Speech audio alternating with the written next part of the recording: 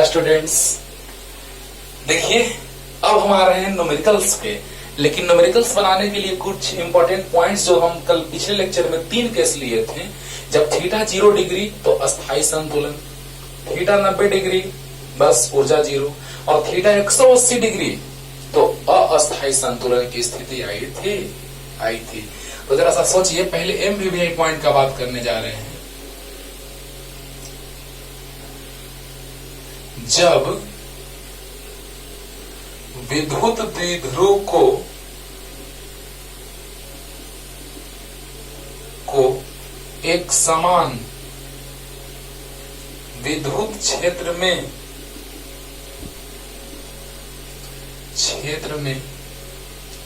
रखी जाती है तो निकाय अस्थाई संतुलन की स्थिति में होगा यदि सदिश P तथा सदिश E के बीच बना कोण थीटा बराबर 0 डिग्री हो। अलग से पॉइंट करके लिख दे रहे हैं। केस में हमने समझाया है आपको कि जब अस्थाई संतुलन की स्थिति होगी तो P और E के बीच का कोण 0 डिग्री होगा। पिछले लेक्चर देखिए, उसको बहुत डिटेल में समझाए है ना। मैंने बोला था कि अगले दिन हम 2 पॉइंट लिखेंगे, लेकिन आपको बहुत अच्छे से समझाया गया है। दादाजी का छोटा बच्चा का एग्जाम्पल लेकर के, है ना। दादाजी वाला जो स्थिति था वो था अस्थाई संतुलन की स्थिति, यानी कि अस्थाई संतुलन की स्थिति होगी कब? जब थीटा 0 डिग्री होगा तब। किसके बीच? P और E के बीच का कोण 0 डिग्री। सबका फिगर भी बना के बताएं बच्चों। अरे बोलो। तो यहां से हम लोग बात कर दिए कि अस्थाई संतुलन की स्थिति तब होगी जब P और E के बीच का कोण 0 डिग्री होगा। यानी दिमाग में सेट रखना है। अब डायरेक्ट क्वेश्चन में नहीं कुछ कहेगा, खाली सिर्फ लिख देगा कि अस्थाई संतुलन की स्थिति है। तो अस्थाई संतुलन की स्थिति कह दिया, बस दिमाग में तुरंत आ जाना चाहिए कि थीटा 0 डिग्री होगा। किसके बीच? P और E के बीच, है ना। क्योंकि स्थिति ऊर्जा का फॉर्मूला आपको याद है, -P cos थीटा या -P डॉट E, और कार्य का फॉर्मूला याद है, 2 ठो था बच्चों, PE into cos theta 1 minus cos theta 2, या PE जब उसको 0 डिग्री कोण से हम घुमा रहे थे थीटा कोण तक, यानी अस्थाई संतुलन की स्थिति से थीटा कोण तक, तो ये फॉर्मूला आया था। पिछले लेक्चर में देखिए कार्य पढ़ाए हैं, और उसी कार्य का सहायता लेकर के स्थितिज ऊर्जा पढ़ाए हैं 2 मेथड से, अकॉर्डिंग टू एनसीईआरटी और according to our feeling, comparison करके, तुलना करके। ठीक है, ये आया था जब थीटा 0 तो निकाय अस्थाई संतुलन की स्थिति में। दिमाग में एकदम सेट रखो, मजा आएगा। और दूसरा पॉइंट इसी में लिख दे रहे हैं, लिख लिए जल्दी, थोड़ा सा चेंज करेंगे, अगला हो जाएगा। इसको अलग से इसलिए लिखवा रहे बच्चों कि आपका एमवीवीआई पॉइंट में दिमाग में एकदम ध्यान जाए तुरंत कि हाँ यहाँ पे सर इंपॉर्टेंट पॉइंट एमवीवीआई लिखवाए थे, मोस्ट वीवीआई हो गया। चलो जल्दी लिख लो। और जब विद्युत द्विध्रुव को एक समान विद्युत क्षेत्र में रखी जाती है तो निकाय अस्थाई संतुलन की स्थिति में होगा यदि P तथा सदिश E के बीच का कोण, अरे बोलो बोल दिया होगा तुम लोग, 180 डिग्री। थीटा बराबर कितना बच्चों? 180 डिग्री हो। बोला, यानी कहने का मतलब कि P और E के बीच का कोण 0 डिग्री तो अस्थाई संतुलन, और P और E के बीच का कोण 180 डिग्री तो अस्थाई संतुलन। That's all. क्योंकि हम आपको बताए हैं पिछले लेक्चर में कंपैरिजन करके दादाजी का और बच्चा का, बहुत धनी आदमी बहुत गरीब आदमी, तुलना करके बताए। पिछले लेक्चर को देखो, क्लियर हो जाएगा। अब देखो जल्दी से लिख लो, अस्थाई संतुलन कब? जब 180 डिग्री। सब लिखवा दिए पिछले लेक्चर में, सब पूरा कॉन्सेप्ट हमने बतला दिया है। बस सेपरेट करके पॉइंट लिख दिए कि आपके दिमाग में रिकॉल हो, एक बार याद आ जाए, और अलग से एमवीवीआई पॉइंट सेपरेट बन जाए। क्लियर? अब देखिए एक बात और, जल्दी। यहां पर भी लोग कंफ्यूज करता है। देखो कंपटीशन में ऐसे ही खेल खेला जाता है, कंपटीशन में ऐसे ही खेल खेलता है। देखो कैसे, जैसे हम तो पढ़ाए हैं कि W एक्सटर्नल बराबर ऊर्जा में परिवर्तन जो आया था PE cos theta 1 minus cos theta 2। बोलो बोलो। तो याद है U final minus U initial बराबर प्लस W एक्सटर्नल। बोलो बोलो। लेकिन U final minus U initial बराबर माइनस W एक्सटर्नल इलेक्ट्रिकल। याद करो, अंतिम स्थिति ऊर्जा माइनस प्रारंभिक स्थिति ऊर्जा बराबर प्लस में W एक्सटर्नल बाहरी कार्य। याद है विद्युत क्षेत्र उसको घुमा रहा था घड़ी के सुई के दिशा में, लेकिन हम घुमा रहे थे उसको घड़ी के सुई के विपरीत दिशा में। तो बताओ ये आया बाहरी कार्य इतना, तो स्थिर वैद्युत बल के द्वारा जो कार्य आएगा इसके माइनस के बराबर होगा। बस यही याद रखो, क्लियर हो जाएगा। बस क्वेश्चन पे ध्यान देना है कि वो बाहरी कार्य पूछ रहा है कि विद्युत क्षेत्र के द्वारा किया गया कार्य पूछ रहा है। अगर बाहरी कार्य पूछेगा तो P into cos theta 1 minus cos theta 2। लेकिन अगर विद्युत क्षेत्र के द्वारा किया गया कार्य पूछेगा तो क्या, बोलो बोलो क्या, जल्दी।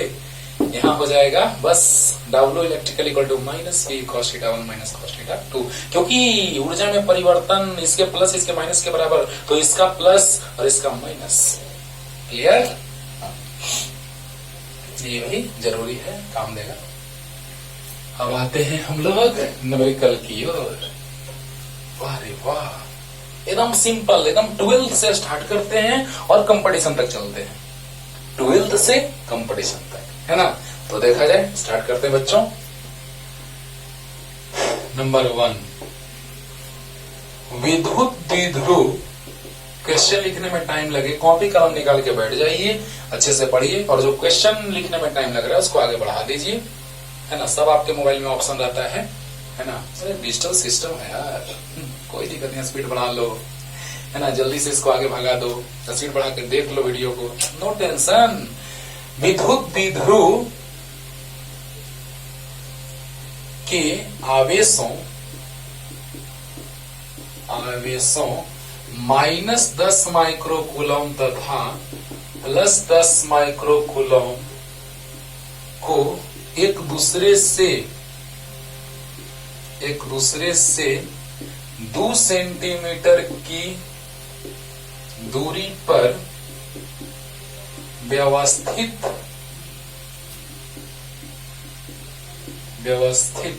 करके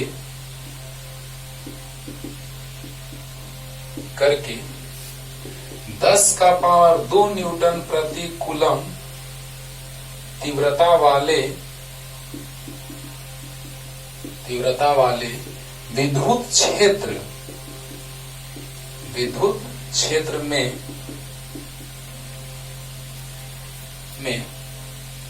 इस प्रकार रखा गया है कि सदिश P तथा सदिश E के बीच का कोण 60 डिग्री हो तो इस निकाय की स्थितिज ऊर्जा ज्ञात करें। वो क्वेश्चन बड़ा, लेकिन आंसर एकदम इजी, विदाउट एनी टेंशन, आराम से आप सोल्व कर सकते हैं। देखिए ध्यान से, विद्युत द्विध्रुव के आवेशों माइनस 10 माइक्रोकूलम तथा प्लस 10 माइक्रोकूलम। आप देख रहे हैं कि दोनों का मान बराबर है, चिन्ह विपरीत है, यानी द्विध्रुव का निर्माण करेंगे। और दोनों आवेशों के बीच की दूरी क्या है, 2 सेंटीमीटर, यानी विद्युत द्विध्रुव की लंबाई दी है। ओके, तो बताइए कि 2 सेंटीमीटर लंबाई दी हुई है, दूरी पर व्यवस्थित करके 10 के पावर 2 न्यूटन प्रति कूलम तीव्रता वाले विद्युत क्षेत्र में 60 डिग्री के कोण पर रख दिया जाता है। डायरेक्ट ऐसे भी क्वेश्चन आता है बच्चों, ध्यान दीजिएगा। इतना तीव्रता वाले विद्युत क्षेत्र में 60 डिग्री के कोण पर रख दिया जाता है। मतलब 60 डिग्री कोण पर रखने का मतलब क्या, कि यहाँ पर साफ साफ पता चल रहा है कि विद्युत क्षेत्र रेखाओं के साथ ये विद्युत द्विध्रुव आघूर्ण देखो इस पे भी कंपटीशन में गेम खेला है, इस क्वेश्चन पे स्टाइल मारा है, इसीलिए हम थोड़ा डिटेल में क्वेश्चन लिख दिए। 60 डिग्री कौन कर देगा तो आपको जानना है कि 60 डिग्री थीटा हो जाएगा। लेकिन देखो माइनस से प्लस की ओर होती है दिशा विद्युत विध्रुव आघूर्ण की, 60 डिग्री कोण अब बढ़िया है। विद्युत विध्रुव आघूर्ण की दिशा इधर और विद्युत क्षेत्रता की दिशा इधर, क्योंकि ये दोनों के बीच का कोण दिया है, यानी कि सदिश P का टेल यहां और सदिश E का टेल यहां, तो टेल टेल के बीच का कोण यानी 60 डिग्री क्वेश्चन में दे दिया है। बहुत अच्छे से डिटेल में लिखा हुआ है क्वेश्चन को ऐसे भी लिखता है बाबू कि विद्युत विध्रुव के आवेशों -10 माइक्रोकूलम तथा +10 माइक्रोकूलम को एक दूसरे से 2 सेंटीमीटर की दूरी पर व्यवस्थित करके 10⁻² न्यूटन प्रति कूलम तीव्रता वाले विद्युत क्षेत्र के साथ 60 डिग्री के कोण पर व्यवस्थित कर दी जाती है, तो बताएं कि इसकी स्थिति ऊर्जा क्या होगी। ऐसे भी पूछा जाता है क्वेश्चन, लेकिन इसको और हम अच्छे से लिख दिए हैं कि P सदिश तथा E सदिश के बीच का कोण 60 डिग्री हो तो निकाय की स्थिति ऊर्जा ज्ञात करें, है ना। और आसान कर दिए, 12th लेवल का क्वेश्चन बन गया बच्चों, है ना। तो बताइए P सदिश और E सदिश के बीच का कोण कितना डिग्री है, 60 डिग्री। और P नहीं दिया है डायरेक्ट, तो P बराबर याद है ये L यानी विद्युत विध्रुव की लंबाई 2L, यानी कि याद है Q गुना 2L आवेश का मान और बीच की दूरी के गुणनफल को विद्युत विध्रुव आघूर्ण कही जाती है। आवेश के मान और बीच की दूरी के गुणनफल को, तो बताइए बच्चों बीच की दूरी दिया है दूसरे से 2 सेंटीमीटर की दूरी पर, यानी दोनों के बीच की दूरी 2 सेंटीमीटर यानी 2L 2 सेंटीमीटर। 2L आसानी के लिए मानते थे, याद है ना। तो 2L यानी कि माइनस और प्लस के बीच की दूरी कितनी है, 2L है, यानी Q का मान माइनस का मान लो चाहे प्लस का मान लो, दोनों लिख देते हैं, माइनस का मान या प्लस का मान मोड़ लगा देते हैं। तो 10 माइक्रोकूलम है तो इतना, और 2 सेंटीमीटर है को मीटर में बदल दिए। अरे बोलो बोलो, कैलकुलेशन है बस, माइनस का मोड प्लस, ये आ जाएगा 10 का पावर -5 गुना 2 गुना 10 का पावर -2, यानी 2 गुना 10 का पावर -5 और 2 7 -7। अब बोलिए इसका आवेश का कूलम और दूरी का मीटर यानी कूलम मीटर, तो P आ गया। और E दिया है प्रश्न में 10 का पावर 2 न्यूटन प्रति कूलम, थीटा भी दिया है क्वेश्चन में 60 डिग्री।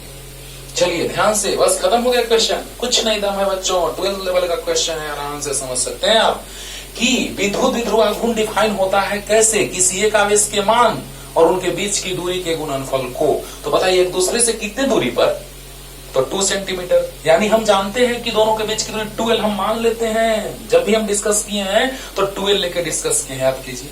तो बताइए बच्चों कि 2L 2 सेंटीमीटर, एक दूसरे से कितना सेंटीमीटर, 2 सेंटीमीटर, यानी 2L जो दिया है प्रश्न में वो 2 सेंटीमीटर दिया है, को मीटर में बदल दिए, राइट। और क्या, बोलो बोलो, और दिया हुआ है प्रश्न में आवेश 10 माइक्रोकूलम, माइक्रो मतलब 10 के पावर -6 से गुना होगा, यानी प्लस माइनस, चाहे प्लस लो चाहे माइनस लो, मोड ले लो, इतना ही है। तो बताओ प्लस माइनस 10 गुने 10 के पावर -6 और 2L 2 गुना 10 के पावर -2, बढ़िया। सेंटीमीटर को मीटर में बदल दिए और माइक्रोकूलम को कूलम में बदल दिए।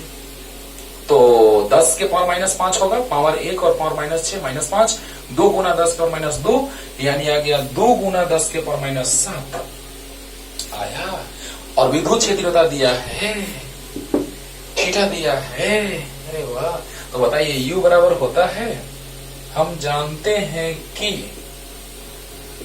क्या बच्चों, बोलिए U बराबर होता है -PE cos थीटा। तो -P दिया है, 2 गुना 10 का पावर -7, E बोलिए बच्चों 10 का पावर 2 और cos 60 डिग्री 1/2। डायरेक्ट रखते हैं, चलिए पेन बढ़ा देते हैं जी। cos थीटा का मान 60 डिग्री, cos 60 1/2 आ जाएगा, यानी कि उतार लीजिए जल्दी से, कैलकुलेशन कर देते हैं, हो गया। अरे बस हो गया। क्यू दिया है 10 माइक्रो कुलम, कुलम में बदल दिए, 10 गुना 10⁻6 2L, 2 इंटू एल मत रख दो, गड़बड़ हो जाएगा। 2 इंटू एल मत रख दो, एल मत सोच लो कि 2 सेंटीमीटर, नहीं, दोनों आवेशों के बीच की दूरी है 2 सेंटीमीटर, यानी 2L बराबर दिया है 2 सेंटीमीटर को मीटर में बदल दिए। तो बताइए 10 के पावर -5 और 2 गुना 10⁻2, 2 10 के पावर -7 होगा, पावर जुड़ता है, -5 प्लस -2 -7, 2 गुना 10⁻7, विद्युत क्षेत्र दिया है, थीटा दिया है, तो P E cos थीटा। अरे वाह, क्लियर हो गया होगा जल्दी।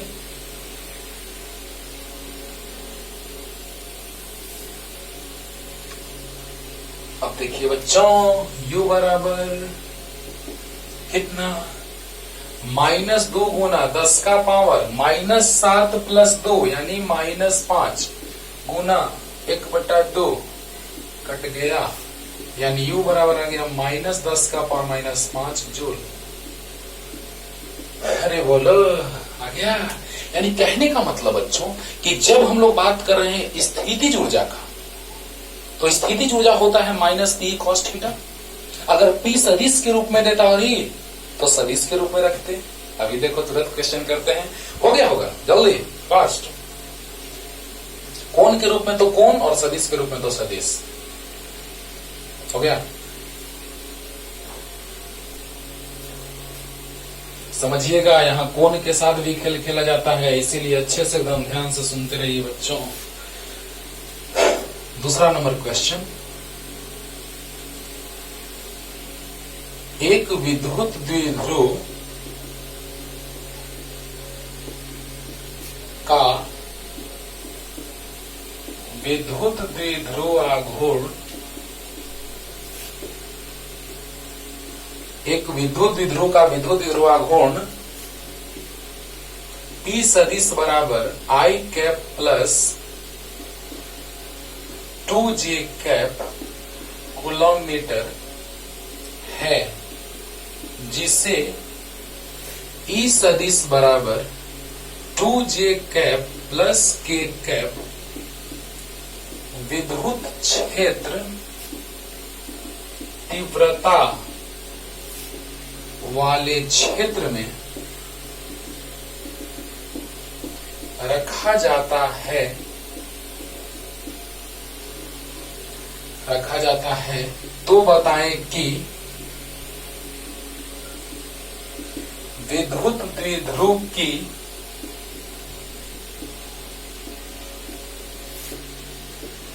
स्थितिज ऊर्जा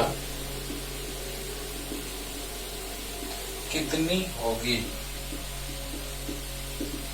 वाह, क्लियर हो रहा है बच्चों, ध्यान से समझो कि विद्युत द्विध्रुव का विद्युत द्विध्रुव आघूर्ण P सदिश बराबर I cap plus 2J cap, यहाँ ऐसा ही मात्रक लिखा गया है कि नहीं, नहीं, तो यहाँ पे होगा ऐसा ही मात्रक बच्चों, न्यूटन प्रति कूलम लिख दिए, दिख रहा है न्यूटन प्रति कूलम, चलो बोल दिए। तो बताओ, एक विद्युत द्विध्रुव का विद्युत द्विध्रुव आघूर्ण P सदिश बराबर I cap plus 2J cap coulomb metre है, जिसे E सदिश बराबर 2J cap plus K cap newton प्रति कूलम विद्युत क्षेत्र तीव्रता वाले क्षेत्र में रखा जाता है, तो बताएं कि विद्युत द्विध्रुव की स्थितिज ऊर्जा कितनी होगी। खत्म खत्म, कोई जान नहीं है इस क्वेश्चन में बच्चों, ध्यान से सुनिएगा, क्योंकि प्रश्न में दिया है अकॉर्डिंग टू क्वेश्चन, क्या दिया है, तो P सदिश बराबर दिया है I cap plus 2J cap,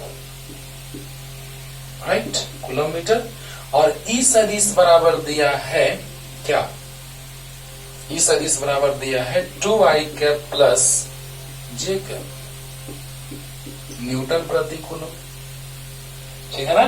तो बताइए, E सदिश दे दिया है, P सदिश दे दिया है, तो हम क्या जानते हैं, हम जानते हैं कि we know that U बराबर क्या होता है, -P डॉट E होता है। अरे वाह सर, E फॉर्मूला लगेगा सर, तो हाँ सर, सोचिए P दिया है, E दिया है, अगर सदिश के रूप में दिया है तो सदिश वाला फॉर्मूला लगाएंगे, अगर सदिश में तो सदिश वाला फॉर्मूला, राइट। तो बताइए P के जगह कहा, ये यहाँ पे आई कैप प्लस 2j कैप और डॉट ई के जगह 2j cap plus k cap. समझिएगा बच्चों। अब देखिए, याद होगा, दो समान सदिशों का अदिश गुणनफल, दो समान एकांक सदिशों का अदिश गुणनफल 1 होता है। मतलब i dot i 1, j dot j 1, k dot k 1, बाकी 0। ठीक है, तो क्या i डॉट 2j यानी कि 2, समझिएगा ध्यान से, 2 i डॉट j प्लस 2 2 जा 4 j डॉट j प्लस इससे अब i dot k plus 2 j dot k। अरे बोलो, क्लियर हो रहा है बच्चों? ध्यान देना, i डॉट 2j यानी 2 को साइड में, i डॉट j बराबर 0 होता है। पहले सेट कर लेते हैं सबको एक समान, i dot i 1, j dot j 1, k dot k 1, लेकिन i dot j 0, j dot j 1, i dot k 0, j dot k 0। लेकिन थोड़ा दिल से पहले समझिए, i में 2 जैसे 2 बाहर, 2 साइड में, मतलब मल्टीप्लिकेशन में i डॉट 2j, तो 2 बाहर, तो i डॉट j प्लस 2 2 जा 4 j dot j, cap cap सब में cap, plus i dot k plus 2 बाहर j डॉट k। ये हो गया होगा? तो बताओ बच्चों, -2, बोलिए i डॉट j कितना होगा?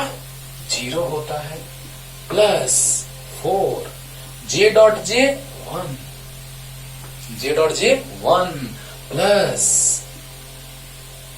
i dot k 0 plus 2 j dot k 0, यानी आ गया कितना? -0 प्लस 4 प्लस 0 प्लस 0, यानी कि u बराबर आ गया -4j, मतलब जूल। वो वाला j नहीं, j कैप नहीं, जूल। अरे बोलो, क्लियर हुआ? अरे बोलो, एकदम आसान लगा होगा बच्चों। i dot j 0, j dot j 1, i dot k 0, j dot k 0, तो बाकी सब 0, बस बच गया 4। क्लियर हो रहा है ना? हो रहा है ना? यानी कहने का मतलब ये है कि जब हम दो सदिशों के अदिश गुणनफल का बात करते हैं तो एक जैसे का गुणनफल 1, i dot i, j dot j, k dot k सबका कैप बराबर 1, लेकिन i cap dot j cap 0, मतलब अलग वाला का 0। क्लियर हो गया होगा? जल्दी जल्दी।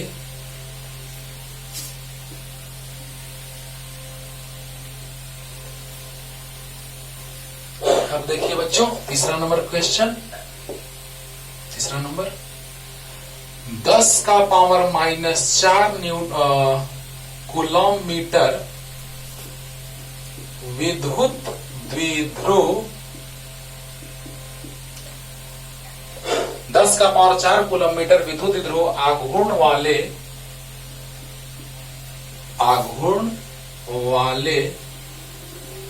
विद्युत द्विध्रुव, 10 के पावर -4 कूलम मीटर विद्युत द्विध्रुव आघूर्ण वाले विद्युत द्विध्रुव को एक समान विद्युत क्षेत्र,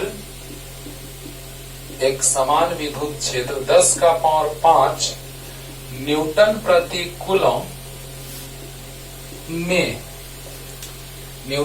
कूलम में रखा गया हो तो निकाय की महत्तम स्थितिज ऊर्जा ज्ञात करें। वाह सर, मजा आ गया सर। ध्यान देना बच्चों, मार देंगे, ध्यान दो नहीं दो। इतना कूलम मीटर विद्युत द्विध्रुव आघूर्ण वाले विद्युत द्विध्रुव को एक समान विद्युत क्षेत्र इतना में रखा गया है दो निकाय की महत्तम स्थितिज ऊर्जा ज्ञात करें। अब सोचो, कल बताए 3 तो केस, अरे बोलो बोलो, कल मैंने 3 केस आपको करवाया है ना। पहला केस में स्थितिज ऊर्जा न्यूनतम आ रहा था -P, दूसरा में 0 आ रहा था और तीसरा में +P आ रहा था महत्तम। अरे बोलो, यानी सॉल्यूशन में अगर हम चले बच्चों, ध्यान देना है, तो हम जानते हैं कि पहले प्रश्न से जो दिया उसको लिख लेते हैं। अकॉर्डिंग टू क्वेश्चन P जो दिया है वो कितना दिया है, 10 का पावर 4 कूलम-मीटर। थोड़ा ही कर लेते हैं बच्चों,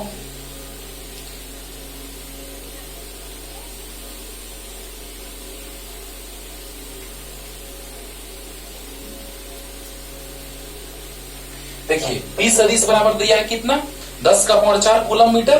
प्रश्न में दिया है, -4 और E कितना दिया है, 10 का पावर 5 न्यूटन प्रति कूलम। बोलो बोलो, यानी P दिया है 10 का पावर -4 कूलम-मीटर और E दिया है 10 का पावर 5 न्यूटन प्रति कूलम। तो बताइए, कल का केस याद कीजिए। हम जानते हैं कि we know that निकाय की महत्तम स्थितिज ऊर्जा, निकाय की महत्तम स्थितिज ऊर्जा, बोलिए बोलिए बोलिए, U बराबर +PE कब आता था, जब कोण 180 डिग्री होता था। याद करो याद करो। अब सोचो बच्चों, इतना कूलम-मीटर विद्युत द्विध्रुव आघूर्ण वाले विद्युत द्विध्रुव को एक समान विद्युत क्षेत्र इतना न्यूटन प्रति कूलम में रखा गया है, वो तो निकाय की महत्तम स्थितिज ऊर्जा ज्ञात करें। तो आप बताइए कि महत्तम स्थितिज ऊर्जा इतना लाए थे कल, U मैक्सिमम, इसी को लिखते थे U महत्तम या मैक्सिमम बराबर +PE। याद करो, अरे याद करो, U मैक्सिमम बराबर +PE होता था कि नहीं होता था। अरे केस नंबर 3 यार, वे यार नहीं पढ़ रहे हो क्या यार। जब महत्तम स्थितिज ऊर्जा का बात करते थे तो आता था +PE। आओ याद दिलाते हैं, U बराबर -P cos theta, -P cos 180 -1 आता था, माइनस माइनस प्लस, यानी जब थीटा 180 होता था तो बोलो बोलो, माइनस माइनस प्लस, यानी महत्तम स्थितिज ऊर्जा कब आता था, जब थीटा 180 डिग्री आता था।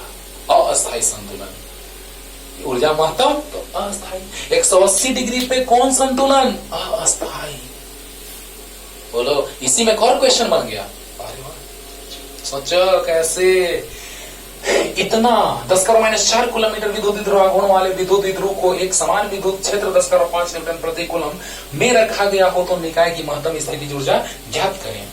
तो P बराबर दिया है प्रश्न में, E बराबर दिया है प्रश्न में, महत्तम स्थितिज ऊर्जा पूछ रहा है, फॉर्मूला पता है हमको, U महत्तम मैक्सिमम प्लस P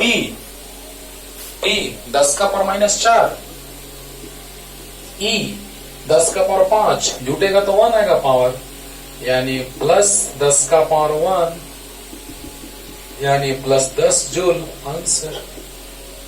बोलो बोलो, अरे बोलो, क्लियर हो रहा है बच्चों। तो इस तरह से हम कह सकते हैं कि जो महत्तम स्थितिज ऊर्जा आया वो निकाय का आया 10 जूल। अब पूछेगा प्रश्न में, अगला प्रश्न में, कि ऊपर दिए गए प्रश्न में यह बतलाएं कि निकाय किस स्थिति में है, अस्थायी संतुलन या अस्थायी संतुलन की स्थिति में है। तो क्या लिखेंगे आप, अरे बोलो क्या लिखोगे। यानी कहने का मतलब कि जब ऊर्जा महत्तम होता है तो निकाय अस्थायी संतुलन की स्थिति में होता है। तो अगला प्रश्न अगर इसी में कह दिया जाए, सुन लो और ये तुम्हारा होमवर्क है, कि इस स्थिति में, अरे यार बता तो दिए, कि इस स्थिति में यह बतलाएं कि निकाय किस संतुलन की स्थिति में होगी, अस्थायी संतुलन की स्थिति में, अस्थायी संतुलन की स्थिति में, उदासीन संतुलन की स्थिति में, या कोई नहीं। तो क्या हो जाएगा ऑप्शन, तो ऊर्जा महत्तम, और जब ऊर्जा तुम्हारे पास महत्तम हो जाएगा, बहुत ज्यादा पैसा आ जाएगा, तो क्या तुम अस्थायी संतुलन में रहेगा कि अस्थायी संतुलन में, अस्थायी, यानी ऊर्जा महत्तम तो अस्थायी संतुलन। क्लियर हो गया होगा, क्लियर हो गया होगा। तो देखिए इसमें ऐसे भी क्वेश्चन बनते हैं कि अगर ऊर्जा महत्तम निकाय की, अगर ऊर्जा महत्तम तो निकाय अस्थाई संतुलन की स्थिति में होगी। इसीलिए हम पॉइंट लिखवाए बच्चों। बोलो बोलो, क्लियर? जल्दी लिखिए, जल्दी।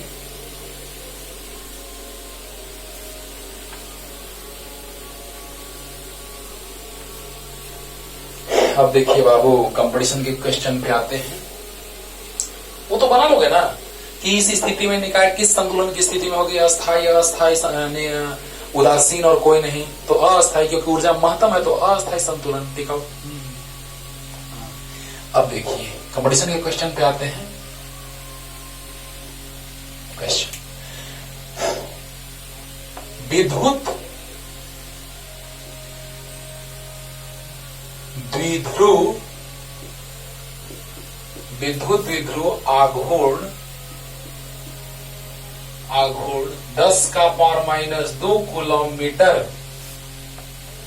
वाले द्विध्रुव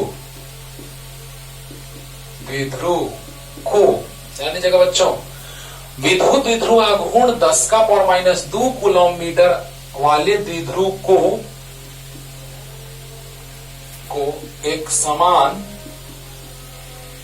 विद्युत क्षेत्र 10 का पावर 4 न्यूटन प्रति कूलम में अस्थाई संतुलन की स्थिति से, अस्थाई संतुलन की स्थिति से अस्थाई संतुलन की स्थिति में ले जाने में किया गया कार्य कितना होगा? अरे वाह, एक और क्वेश्चन आ गया सर, है ना। अस्थाई संतुलन की स्थिति से अस्थाई संतुलन की स्थिति में ले जाने में किया गया कार्य कितना होगा? तो देखिए बच्चों, ध्यान दीजिएगा। विद्युत द्विध्रुव आघूर्ण दिया है।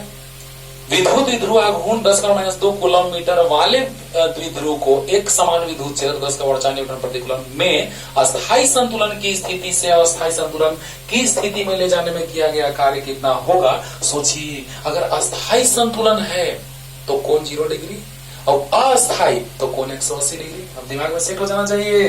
तो बताओ बच्चों, सॉल्यूशन की ओर बढ़ते हैं। क्या कह रहा है क्वेश्चन? अस्थाई से अस्थाई, तो प्रश्न से अकॉर्डिंग टू क्वेश्चन, तो क्या हो जाएगा बच्चों? बोलिए।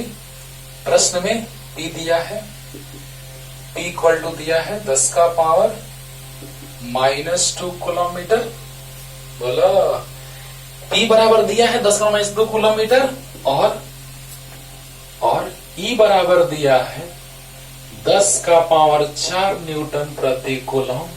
θ1 अस्थाई संतुलन की स्थिति में, चलिए लिख देते हैं, अस्थाई संतुलन की स्थिति में क्या हो जाएगा?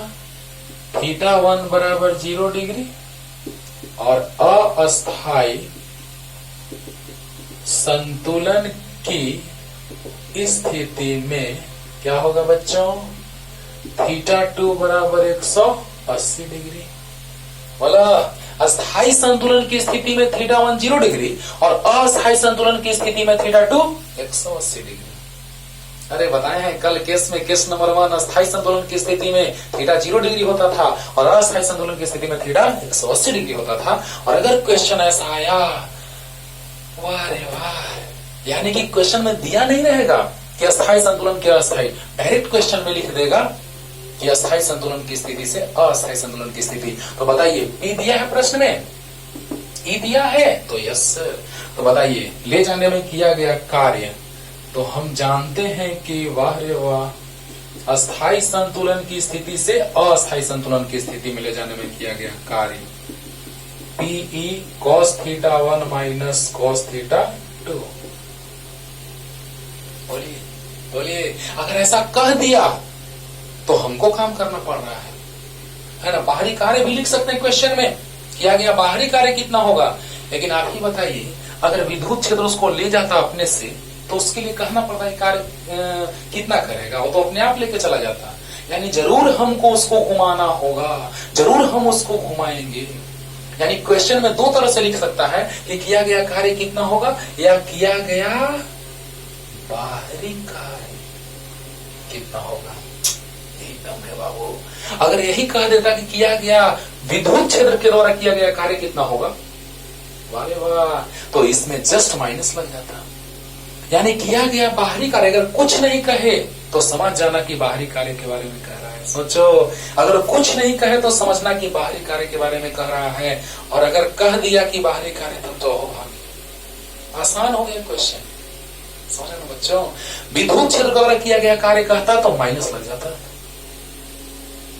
यही चीज हम शुरू में समझाए हैं, स्टार्ट किए हैं लेक्चर तो। हाँ, तो बताइए P का मान दिया है 10 का पावर -2, और E का मान 10 का पावर 4 कॉस कितना degree, 0 degree, minus cos 180 degree. तो 10 के पावर 4 2 तो 2 हो जाएगा। अरे झूठेगा, -2 + 4 यानी +2, और cos 0 1, cos 180 -1, 10 का पावर 2 गुना 1 + 1 यानी 2 गुना 100 यानी 200 जूल। क्लियर हो रहा है बच्चों? अरे बोलो बोलो, क्लियर हो रहा होगा एकदम फिनिश। यानी कि विद्युत विध्रुवा गुण प्रश्न में दे दिया है, विद्युत क्षेत्रता दे दिया है, अस्थायी संतुलन की स्थिति से अस्थायी संतुलन की स्थिति में ले जाना है। यानी कि बोलो बोलो, यानी कि θ1 0 डिग्री अस्थाई में और θ2 180 डिग्री अस्थाई में। क्लियर? तो जल्दी से लिख लीजिए बच्चों, जल्दी फास्ट हो गया।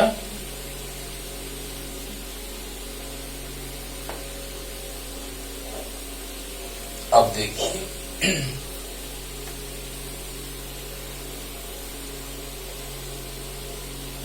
नेक्स्ट एम्स का क्वेश्चन देखिए,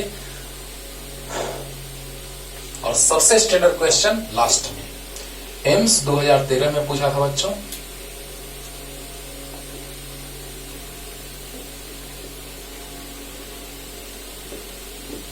कि दिए गए चित्रों में किस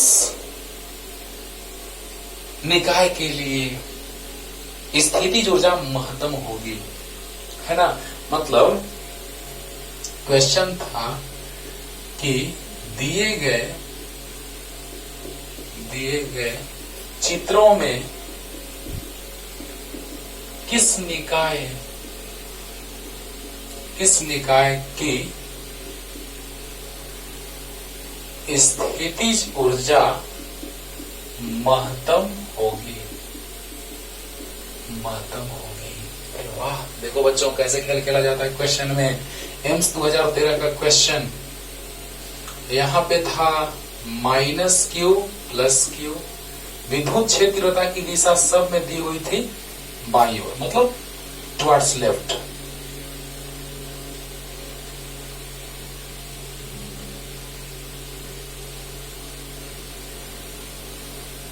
दूसरा चित्र था यहाँ -q और +q, विद्युत क्षेत्रता की दिशा बाईं ओर, राइट। तीसरा चित्र था C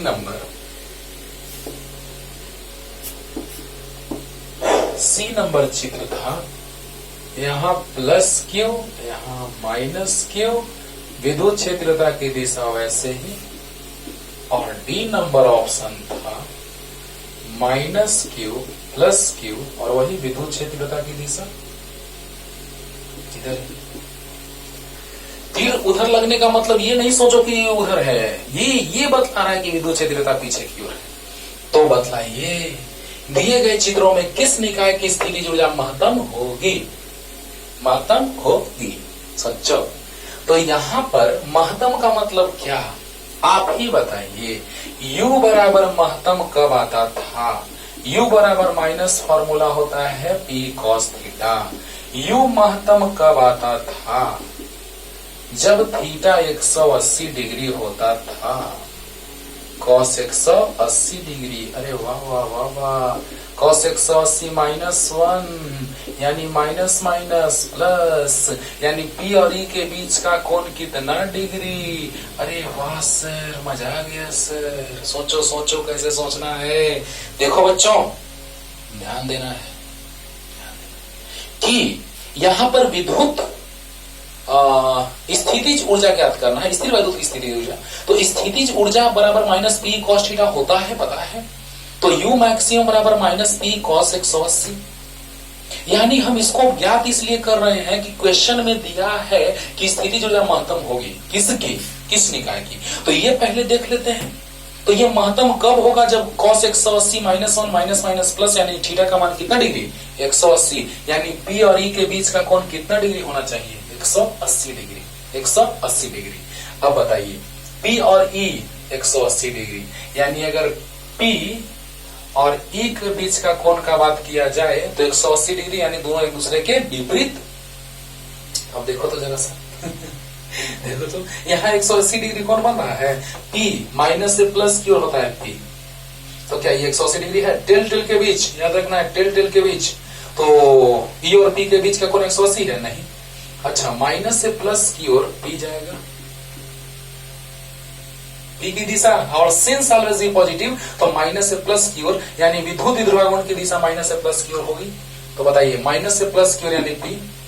तो बताओ P और E के बीच का कोण, अरे दूसरे का उल्टा है, यानी 180 डिग्री आ गया। अरे वाह वाह वाह वाह, पहला में आ गया 180 डिग्री कोण, अरे वाह वाह वाह। इसमें देखते हैं P माइनस से प्लस की ओर, P और E के बीच का कोण 90 डिग्री नहीं है, 180 आना चाहिए, क्योंकि cos 180 -1 माइनस माइनस प्लस, स्थितिज ऊर्जा का मान क्या है, महत्तम। अब बताइए इसमें P की दिशा होती है माइनस से प्लस की ओर।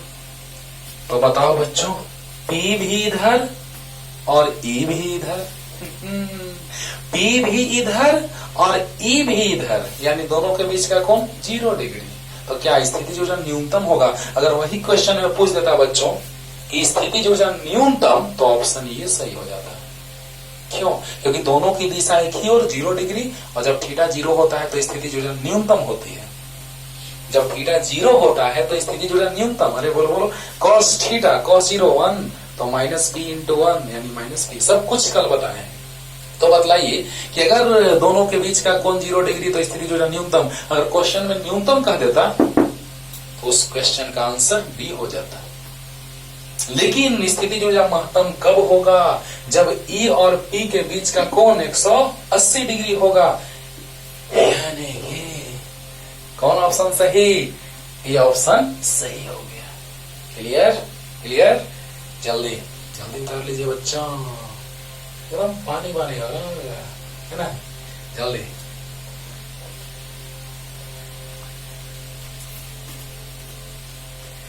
एक बहुत ही स्टैंडर्ड क्वेश्चन की ओर हम बढ़ रहे हैं, जहां पे अक्सर लोग गलत करता है ना, लेकिन अच्छे से एकदम बड़ा सा चित्र बना के समझा रहे हैं। बहुत ही इंपॉर्टेंट, एक जगह सोचना है बस, उसके लिए इंपॉर्टेंट। दिए गए चित्रों में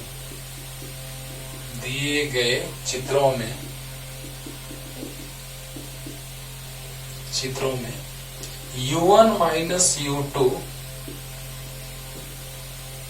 बराबर होगा।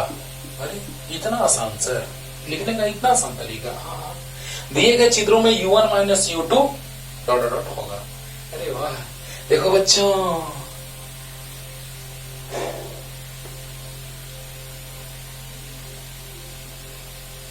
ये है एक समान विद्युत क्षेत्र जिसकी तीव्रता दी हुई है क्वेश्चन में 10 का पावर 4 न्यूटन प्रति कूलम, और दोनों में P, दोनों चित्रों में सेम है P बराबर 10 का पावर -4 कूलम मीटर, और यहां पर है माइनस Q और यहां पर प्लस Q, और यहां पर 60 डिग्री विद्युत क्षेत्र दिया है। विद्युत द्विध्रुव घूर्ण की दिशा आपको पता है, इसको इंडिकेट नहीं किया गया था क्वेश्चन में। और अगला चित्र,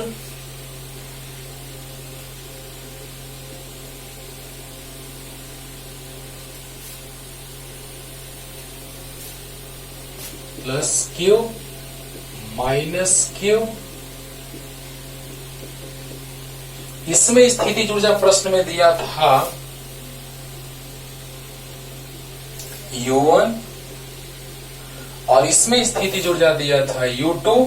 पूछा था कि U1 माइनस U2 बराबर वाट, बराबर वाट। अरे वाह सर, अंतर तो 0 हो जाएगा सर ना सर, बोलो बोलो, आंसर तो 0 हो जाएगा सर। आप मजाक क्यों कर रहे हैं सर? गलत गलत सर, इसका भी ऊर्जा उतना ही, इसका भी ऊर्जा उतना ही, और अंतर 0। बोलो बोलो, गलत क्यों?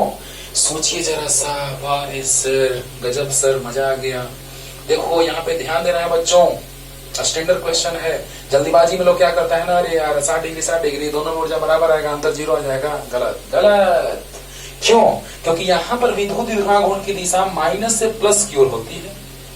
सोचो सोचो, क्वेश्चन में नहीं इंडिकेट किया था, उसी में तो खेल खेलना था। विद्युत द्विध्रुव घूर्ण की दिशा माइनस से प्लस की ओर होती है, विद्युत क्षेत्रता आगे की ओर है। तो बताओ, यहाँ पर दोनों P और E के बीच का कोण 60 डिग्री, यानी कि यहां से U1 निकाल लेंगे आप। U1 बराबर PE minus PE cos theta. बोलो बोलो बोलो बोलो। तो बताओ, इसको हम θ1 मान लेते हैं बच्चों। तो माइनस P का मान 10 का पावर -4, E का मान 10 का पावर 4 और cos 60 डिग्री, यानी माइनस कट गया, cos 60 1/2 जूल। लेकिन देखो बाबू, यहीं पे खेल खेला गया क्वेश्चन में। बताओ, विद्युत क्षेत्रता तो आगे की ओर है और विद्युत द्विध्रुव घूर्ण की दिशा होती है माइनस से प्लस की ओर, यानी विद्युत द्विध्रुव घूर्ण की जो दिशा होगी वो माइनस से प्लस की ओर होगी, माइनस से प्लस की ओर होगी। तो बताइए बच्चों कि माइनस से प्लस की ओर यानी विद्युत द्विध्रुव घूर्ण की दिशा इधर और ई इधर, तो दोनों के बीच का कोण ये वाला ना होगा, θ2। कैसे खेल खेला जाता है क्वेश्चन में। यानी कि यहाँ पर विद्युत द्विध्रुव घूर्ण जो है माइनस से प्लस की ओर एकदम उधर ही है और ई आगे है, तो बीच का कोण 60 डिग्री, अच्छी बात। लेकिन यहाँ पर विद्युत क्षेत्रता और विद्युत द्विध्रुव घूर्ण के बीच का कोण, बोलो, माइनस से प्लस की ओर होता है विद्युत द्विध्रुव घूर्ण की दिशा। तो बताइए, ई आगे और पी इधर, तो बताइए ई का टेल और पी का टेल, तो टेल टेल के बीच का कोण। और जल्दीबाजी में क्या करता है लोग, पी उधर ही ले लेता है, पी और ई के बीच का कोण 60 डिग्री। सर जितना यहाँ आया उतना वहां आया, अंतर 0 आ जाएगा। गलत गलत। अब देखो क्या निकालना था, U1 minus U2 equal to वाट। तो पहले U2 निकाल लेते हैं बच्चों।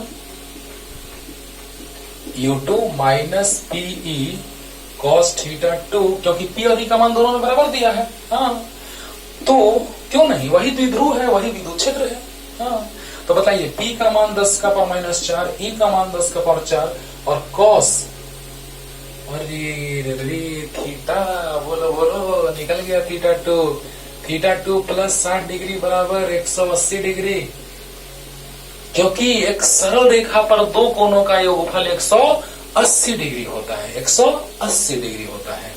तो θ2 प्लस 60 डिग्री बराबर 180, यानी θ2 बराबर 120 डिग्री। 60 घट गया, तो बताइए cos 120 डिग्री, तो कट गया। cos 120 का मान बोलो बोलो बोलो। cos 120 का मान होता है -1/2। याद है, याद है।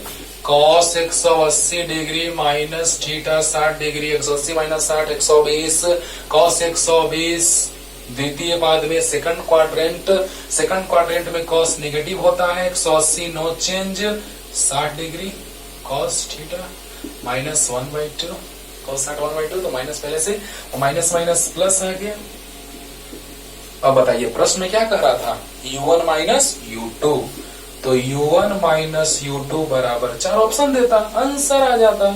तो U1 माइनस 1/2 और माइनस U2 प्लस 1/2, तो minus 1/2 plus minus minus 1/2, minus half minus 1, लो एलसीएम ले लेते हैं 2, माइनस 1 तो माइनस 2/2 यानी माइनस 1, यानी U1 माइनस U2 बराबर आ गया -1 joule. And this is the answer. तो इस तरह से क्वेश्चंस बनते हैं बाबू विद्युत विध्रुव पे। बहुत सारे वेराइटीज के क्वेश्चन बनते हैं, है ना, जो आपके सामने हैं, और इससे आप जो भी क्वेश्चन बनाएंगे आराम से बन जाएगा। ओके, तो तब तक पढ़ते रहिए।